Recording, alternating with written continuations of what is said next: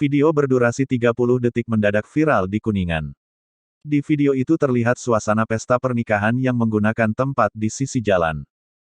Tempat pelaminan hingga pasangan pengantin tampak berada tepat di sisi jalan.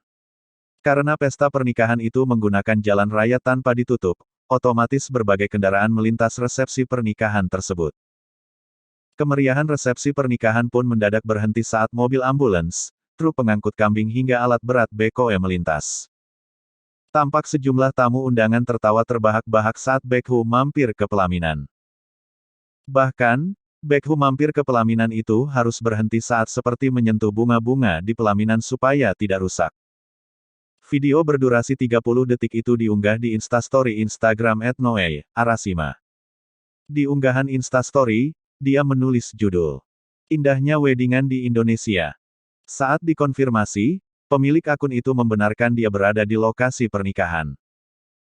"Iya Kang, itu video saya, tadi kebetulan lagi di lokasi hajat," kata Noe saat dikonfirmasi melalui telepon selulernya, Sabtu, tanggal 24 Juli tahun 2021. Noe menyebut lokasi video hajat itu berada di Desa Cipakem, Kecamatan Maleber, Kabupaten Kuningan, Jawa Barat.